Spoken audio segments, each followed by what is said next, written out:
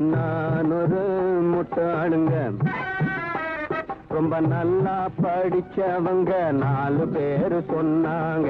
நான் ஒரு முட்டாளுங்க. நாணமுன்னு வெட்கமுன்னு 4 வகை சொன்னாங்க. 4 கெட்ட கூட்டமுன்னு நாட்டுக்குள்ளே இருக்குதுங்க. ஆனவர சொன்னேங்க, அடிக்கத்தானே வந்தாங்க.